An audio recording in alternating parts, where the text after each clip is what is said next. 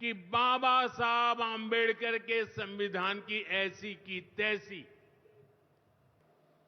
जे नौकरी लागणी है तो किसी नेता के गैल हो ले और न तो रुपया ले आ, बापू की जमीन और मां के तो जेवर भी बिक जाया करते। मारे हरियाणा के धाकड़ लोगों ने राम राम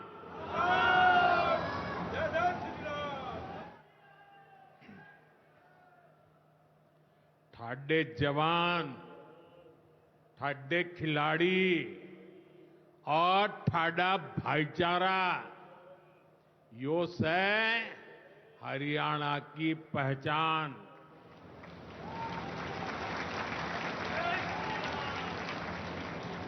लावणी के इस अति व्यस्त समय में आप इतनी विशाल संख्या में, मैं कहूंगा बाबा साहब आंबेडकर, आप सब 2 बार बोलिए, अमर रहे, अमर रहे। बाबा साहब आंबेडकर, बाबा साहब आंबेडकर, बाबा साहब आंबेडकर। हरियाणा के मुख्यमंत्री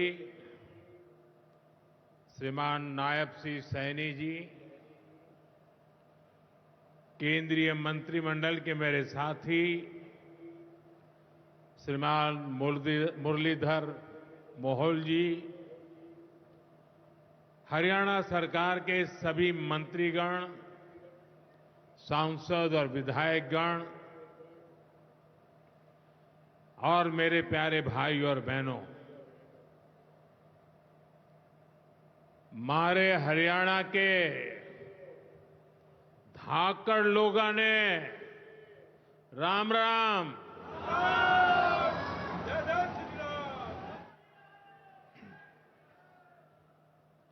ठाडे जवान, ठाडे खिलाड़ी और ठाडा भाईचारा यो से हरियाणा की पहचान।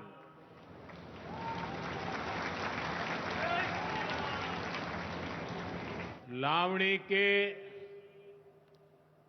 इस अति व्यस्त समय में आप इतनी विशाल संख्या में हमें आशीर्वाद देने पहुंचे हैं। मैं आप सभी जनता जनार्दन का अभिनंदन करता हूं। गुरु जंबेश्वर, महाराजा अग्रसेन और अग्रोहा धाम को भी श्रद्धापूर्वक नमन करता हूं। साथियों, हरियाणा से, हिसार से मेरी कितनी ही यादें जुड़ी हुई है। जब भारतीय जनता पार्टी ने मुझे हरियाणा की जिम्मेदारी दी थी तो यहां अनेक साथियों के साथ मैंने लंबे समय तक मिलकर काम किया था। इन सभी साथियों के परिश्रम ने भारतीय जनता पार्टी की हरियाणा में नींव को मजबूत किया है। और आज मुझे ये देखकर गर्व होता है कि भाजपा विकसित हरियाणा, विकसित भारत के लक्ष्य को लेकर पूरी गंभीरता से काम कर रहा है।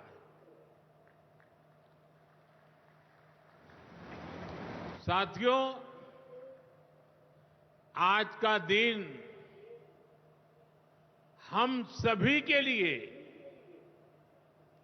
पूरे देश के लिए और खास करके दलित, पीड़ित, वंचित, शोषित, उन सब के लिए बहुत महत्वपूर्ण दिवस है। उनके जीवन में तो दूसरी दिवाली होती है। आज संविधान निर्माता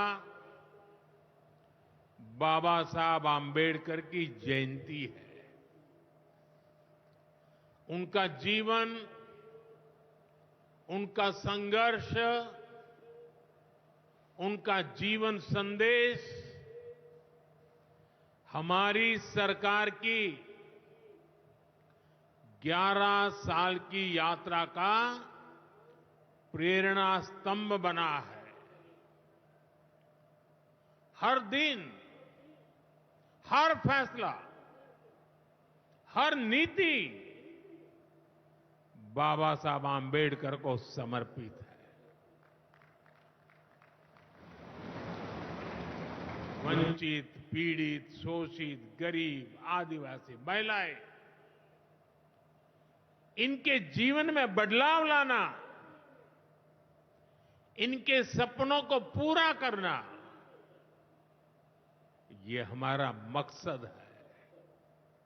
इसके लिए निरंतर विकास, तेज विकास, और यही भाजपा सरकार का मंत्र है।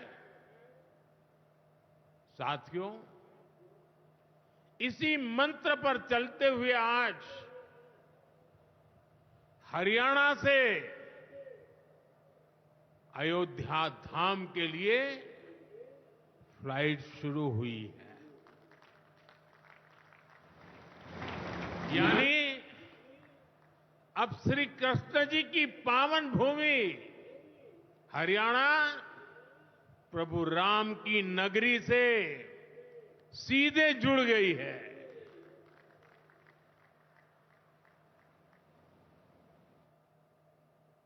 अग्रसेन हवाई अड्डे से वाल्मीकि हवाई अड्डे आज सीधी उड़ान भरी जा रही है।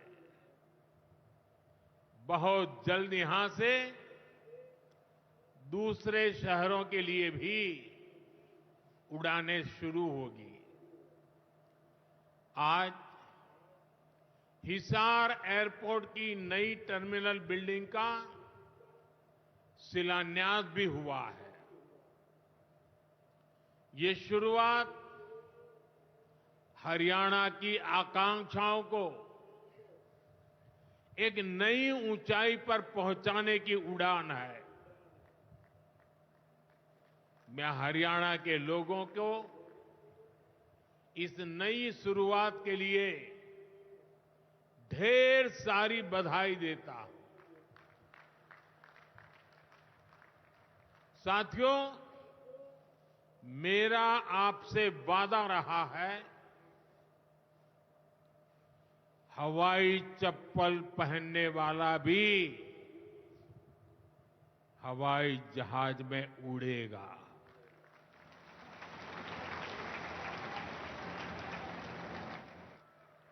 और ये वायदा हम देश में चारों तरफ पूरा होता देख रहे हैं।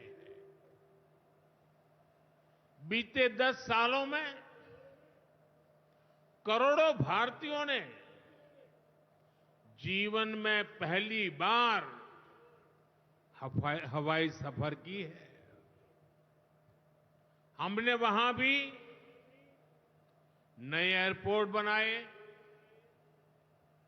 जहां कभी अच्छे रेलवे स्टेशन तक नहीं थे। 2014 से पहले देश में 74 एयरपोर्ट थे। सोचिए, 70 साल में 74। आज देश में एयरपोर्ट की संख्या 150 के पार हो गई है।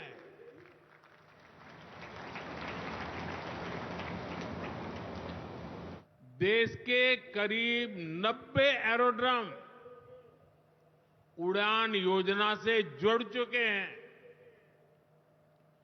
600 से अधिक रूट पर उड़ान योजना के तहत हवाई सेवा चल रही है।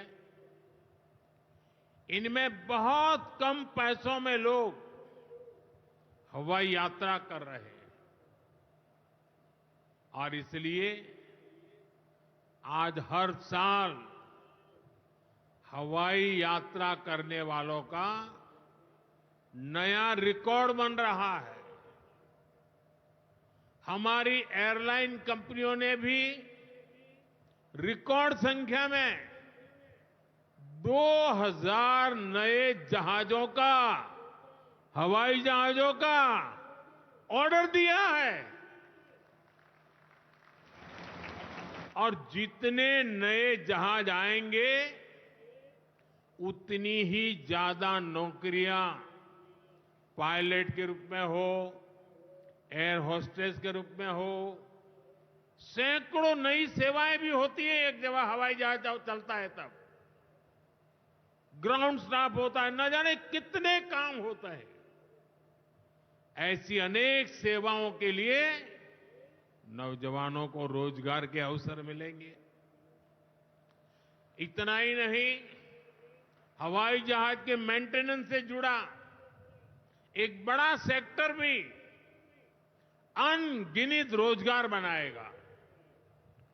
हिसार का ये एयरपोर्ट भी हरियाणा के नौजवानों के सपनों को नई ऊंचाई देगा।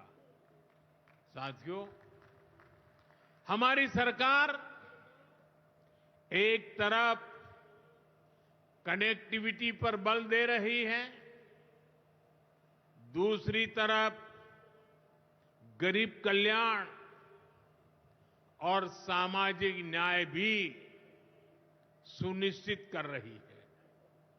और यही तो बाबा साहब आंबेडकर का सपना था।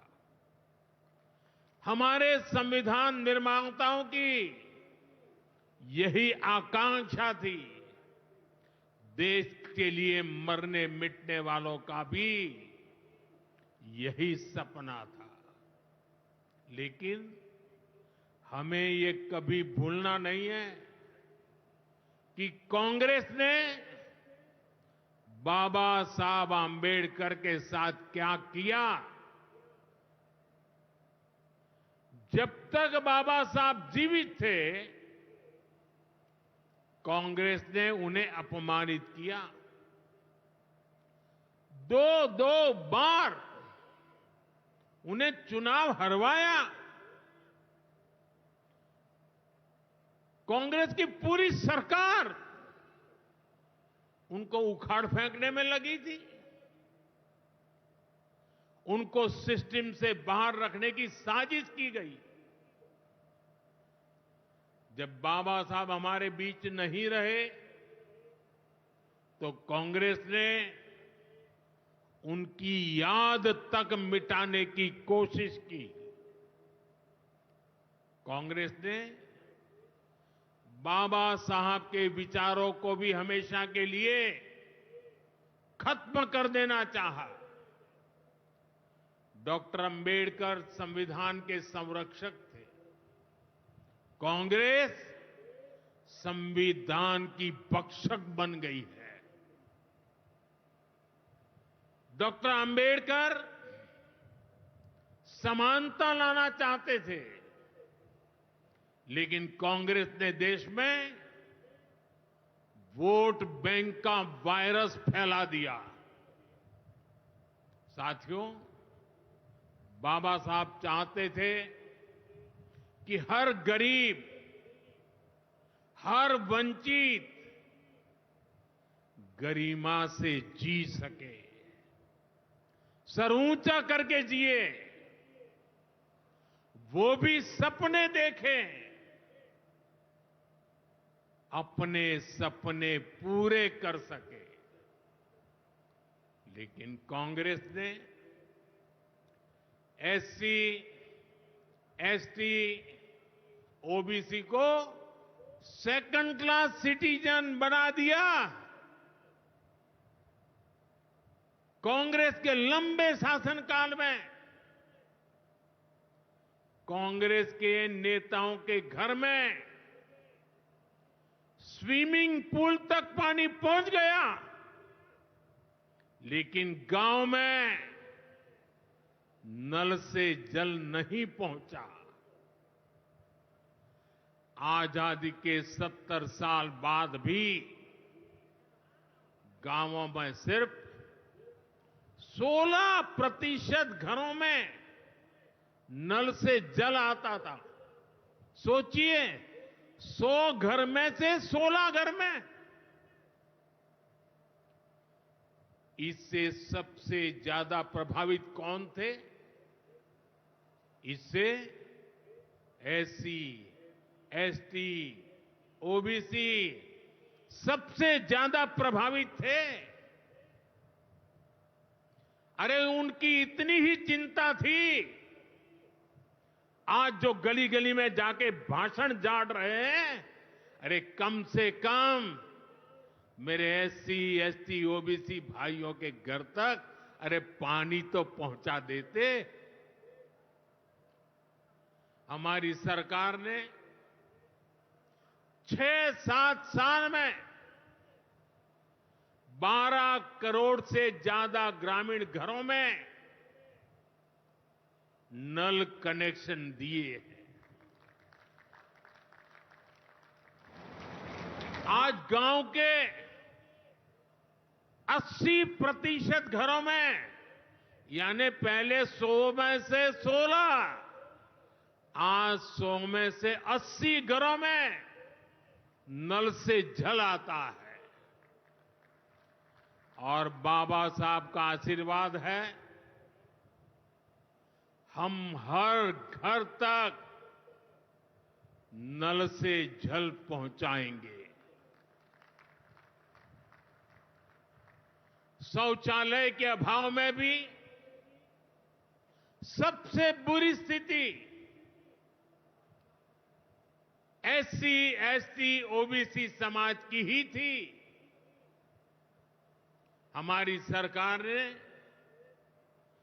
11 करोड़ से ज्यादा शौचालय बनवाकर वंचितों को गरिमा का जीवन दिया है। साथियों, कांग्रेस के जमाने में एससी, एसटी, ओबीसी के लिए बैंक का दरवाजा तक नहीं खुलता था। बीमा, लोन, मदद, ये सारी बातें सब सपना था। लेकिन अब जनधन खातों के सबसे बड़े लाभार्थी मेरे एससी, एसटी, ओबीसी के भाई बहन हैं। हमारे एससी, एसटी, ओबीसी भाई बहन आज गर्व से जेब में से रुपए कार्ड निकाल करके दिखाते हैं। जो अमीरों के जेब में कभी रुपए कार्ड हुआ करते थे, वो रुपए कार्ड आज मेरा गरीब दिखा रहा है। साथियों, कांग्रेस ने हमारे पवित्र संविधान को सत्ता हासिल करने का एक हथियार बना दिया। जब जब कांग्रेस को सत्ता का संकट दिखा, उन्होंने संविधान को कुचल दिया। कांग्रेस ने आपातकाल में संविधान की स्पिरिट को कुचला, ताकि जैसे तैसे सत्ता बनी रहे। संविधान की भावना है कि सबके लिए एक जैसी नागरिक संहिता हो, जिसे मैं कहता हूं सेक्युलर सिविल कोड। लेकिन कांग्रेस ने इसे कभी लागू नहीं किया। उत्तराखंड में भाजपा सरकार आने के बाद सेक्युलर सिविल कोड, समान नागरिकता संहिता ये लागू हुई, डंकी की चोट पर लागू हुई। और देश का दुर्भाग्य देखिए, संविधान को जेब में लेकर के बैठे हुए लोग, संविधान पर बैठ गए हुए लोग, ये कांग्रेस के लोग उसका भी विरोध कर रहे हैं। साथियों, हमारे संविधान ने एससी, एसटी, ओबीसी के लिए आरक्षण का प्रावधान किया, लेकिन कांग्रेस ने उनको आरक्षण पहुंचा कि नहीं पहुंचा,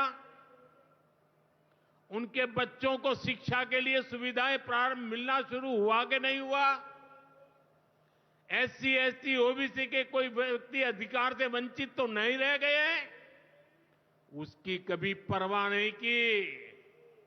लेकिन राजनीतिक खेल खेलने के लिए कांग्रेस ने बाबा साहब आंबेडकर ने जो सपना देखा था, सामाजिक न्याय के लिए संविधान में जो व्यवस्था की थी, उसको भी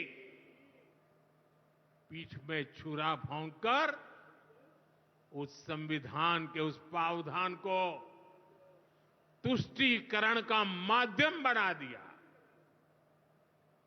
अभी आपने भी समाचारों में सुना होगा, कर्नाटका की कांग्रेस सरकार ने टेंडर में भी अब एससी, एसटी, ओबीसी के अधिकार छीन करके धर्म के आधार पर आरक्षण दे दिया, जबकि संविधान में बाबा साहब आंबेडकर ने साफ साफ शब्दों में चर्चा में कहा था कि संविधान में कतई धर्म के आधार पर आरक्षण की व्यवस्था नहीं की जाएगी। और हमारे संविधान ने धर्म के आधार पर आरक्षण के लिए प्रतिबंध लगाया हुआ है। साथियों, कांग्रेस की तुष्टीकरण की इस नीति का बहुत बड़ा नुकसान मुस्लिम समाज को भी हुआ है। कांग्रेस ने सिर्फ कुछ कट्टरपंथियों को ही खुश किया है, बाकी समाज बेहाल रहा, अशिक्षित रहा, गरीब रहा। कांग्रेस की इस कुनीति का सबसे बड़ा प्रमाण वक्फ कानून है। देश आजाद होने के बाद 2013 तक वक्फ का कानून चलता था, लेकिन चुनाव जीतने के लिए, तुष्टीकरण की राजनीति के लिए, वोट बैंक की राजनीति के लिए 2013 के आखिर में, आखिरी सत्र में कांग्रेस ने इतने सालों तक चल रहे वक्फ के कानून में आनन फानन संशोधन कर दिया, ताकि चुनाव में वोट पा सके। वोट बैंक को खुश करने के लिए इस कानून को ऐसा बना दिया कि बाबा साहब आंबेडकर के संविधान की ऐसी की तैसी, संविधान से ऊपर कर दिया। ये बाबा साहब का सबसे बड़ा अपमान का काम था। साथियों, ये कहते हैं कि उन्होंने मुसलमानों के हित में किया। मैं जरा ऐसे सभियों से पूछना चाहता हूं, वोट बैंक के भूखे इन राजनेताओं से कहना चाहता हूं, अगर सच्चे अर्थ से आपके दिल में मुसलमानों के लिए थोड़ी भी हमदर्दी है तो कांग्रेस पार्टी अपने पार्टी के अध्यक्ष मुसलमान को बनाए। क्यों नहीं बनाते भाई? संसद में टिकट देते हैं, 50% मुसलमानों को दो। जीत करके आएंगे तो अपनी बात बताएंगे, लेकिन ये नहीं करना है। कांग्रेस में तो कुछ नहीं देना है। देश के नागरिकों के अधिकारों को छीनना और देना, इनकी नीयत किसी का भी भला करने की कभी नहीं रही, मुसलमानों का भला करने की भी नहीं रही। यही कांग्रेस की अच्छी सच्चाई है। साथियों, वक्फ के नाम पर लाखों हेक्टेयर जमीन पूरे देश में है। इस जमीन, इस प्रॉपर्टी से गरीब का, बेसहारा महिलाओं बच्चों का भला होना चाहिए था। और आज ईमानदारी से उसका उपयोग हुआ होता तो मेरे मुसलमान नौजवानों को साइकिल के पंक्चर बना करके जिंदगी नहीं गुजारनी पड़ती। लेकिन इससे मुट्ठी भर भू माफिया का कोई भला हुआ। पसमानदा मुस्लिम इस समाज को कोई फायदा नहीं हुआ। और ये भूमाफिया किसकी जमीन लूट रहे थे? ये दलित की जमीन लूट रहे थे, पिछड़ों की जमीन लूट रहे थे, आदिवासी की जमीन लूट रहे थे, विधवा महिलाओं की संपत्ति लूट रहे थे। सैकड़ों विधवा मुस्लिम महिलाओं ने भारत सरकार को चिट्ठी लिखी, तब जाके कानून की चर्चा आई है।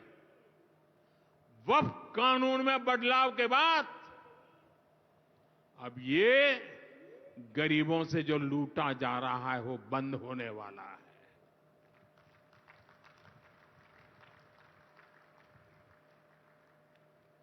और सबसे बड़ी बात, हमने एक बहुत बड़ा जिम्मेदारीपूर्ण महत्वपूर्ण काम किया है। हमने इस वक्फ कानून में एक और प्रावधान किया है। अब नए कानून के तहत, वक्फ के कानून के तहत, किसी भी आदिवासी की जमीन को हिंदुस्तान के किसी भी कोने में आदिवासी की जमीन को, उसके घर को, उसकी संपत्ति को ये वक्फ बोर्ड हाथ भी नहीं लगा पाएगा। ये आदिवासी के हितों की रक्षा करने का, संविधान की मर्यादाओं का पालन करने का हमने बहुत बड़ा काम किया है। नए प्रावधानों से वक्फ की भी पवित्र भावना का सम्मान होगा। मुस्लिम समाज के गरीब और पसमानदा परिवारों, मुस्लिम महिलाओं, खास करके मुस्लिम विधवाओं को, मुस्लिम बच्चों को उनका हक भी मिलेगा और भविष्य में उनका हक सुरक्षित रहेगा। और यही तो बाबा साहब आंबेडकर ने संविधान के स्पिरिट में हमें काम दिया हुआ है। यही असल स्पिरिट है, यही असली सामाजिक न्याय है। साथियों, हमारी सरकार ने 2014 के बाद बाबा साहब आंबेडकर की प्रेरणा को आने वाली पीढ़ियों तक पहुंचाने के लिए अनेक महत्वपूर्ण कदम उठाए। बाबा साहब देश और दुनिया में जहां जहां रहे वे सभी स्थान उपेक्षित थे। जो संविधान के नाम पर अपनी राजनीतिक रोटी सेकने के लिए निकले हैं, उन्होंने बाबा साहब से जुड़े हुए हर स्थान का अपमान किया, इससे इतिहास से मिटाने का प्रयास किया। स्थिति ये थी कि मुंबई के इंदु मिल में बाबा साहब आंबेडकर का स्मारक बनाने के लिए भी देश भर में लोगों को आंदोलन करने पड़े। हमारी सरकार ने आते ही इंदु मिल के साथ साथ बाबा साहब आंबेडकर की महू की जन्मभूमि हो, बाबा साहब आंबेडकर जी की लंदन की शिक्षा भूमि हो, दिल्ली में उनकी महापरिनिर्वाण स्थली हो, या फिर नागपुर की दीक्षा भूमि हो, हमने सभी का विकास किया। इनको पंच तीर्थ के रूप में विकसित किया है।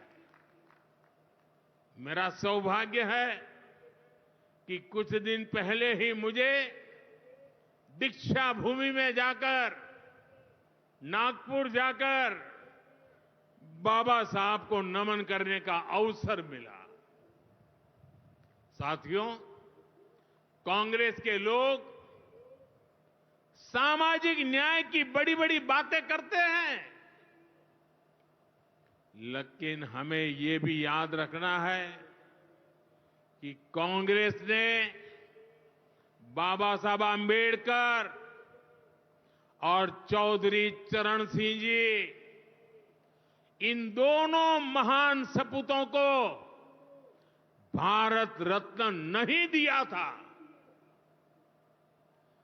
बाबा साहब आंबेडकर को भारत रत्न तब मिला जब केंद्र में भाजपा के समर्थन वाली सरकार बनी। वहीं हमें गर्व है कि भाजपा की ही सरकार ने चौधरी चरण सिंह जी को भी भारत रत्न दिया है। साथियों, सामाजिक न्याय के,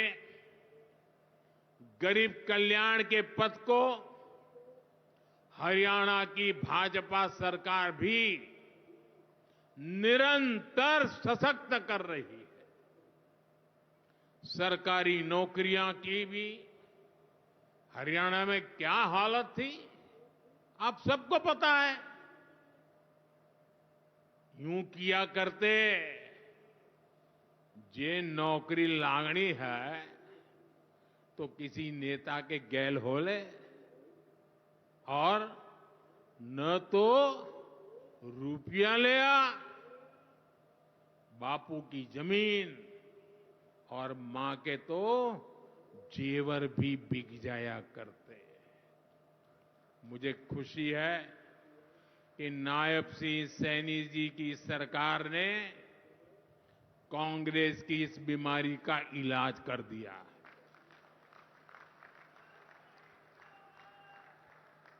बिना खर्ची, बिना पर्ची के नौकरियां देने का जो ट्रैक रिकॉर्ड हरियाणा का है, वो अद्भुत है। और मुझे गर्व है कि मुझे ऐसे साथी मिले हैं, ऐसी साथी सरकार मिली है।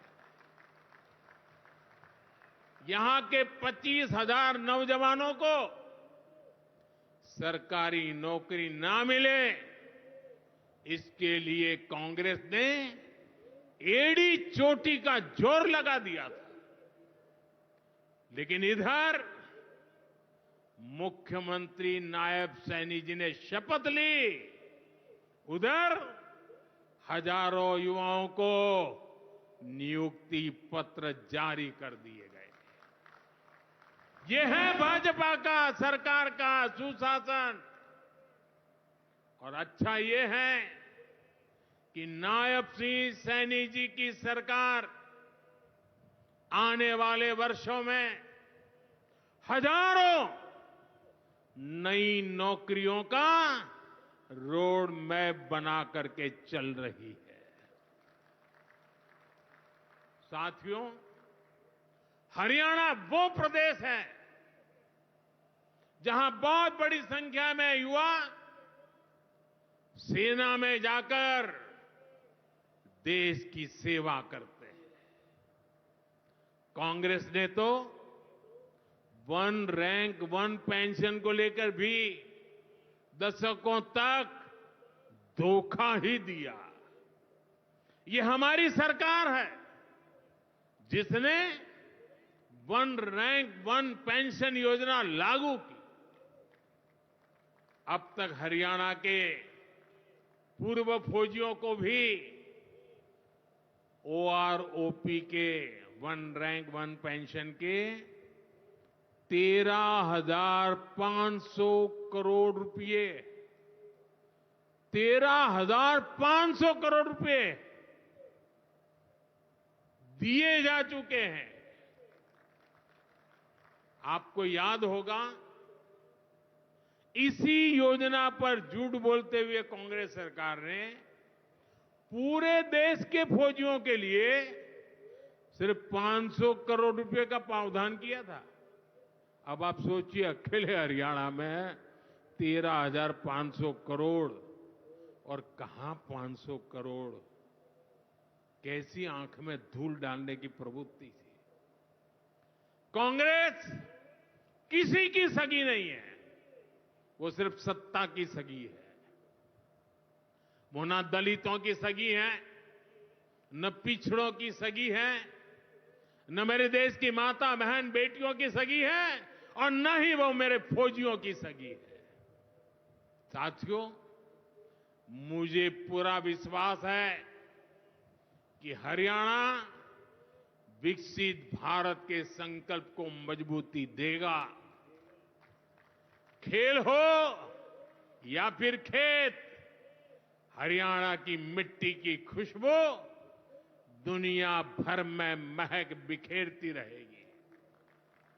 मुझे हरियाणा के अपने बेटे बेटियों पर बहुत भरोसा है। ये नया एयरपोर्ट, ये नई उड़ान हरियाणा के सपनों को पूरा करने की प्रेरणा बने, और इतनी विशाल संख्या में आप आशीर्वाद देने आए, ये मेरा सौभाग्य है। मैं आपको सर झुका करके नमन करता हूं, और अनेक सफलताओं के लिए अनेक अनेक शुभकामनाएं देता हूं, बहुत बहुत बधाई देता हूं। मेरे साथ बोलिए, भारत माता की, भारत माता की, भारत माता की। बहुत बहुत धन्यवाद।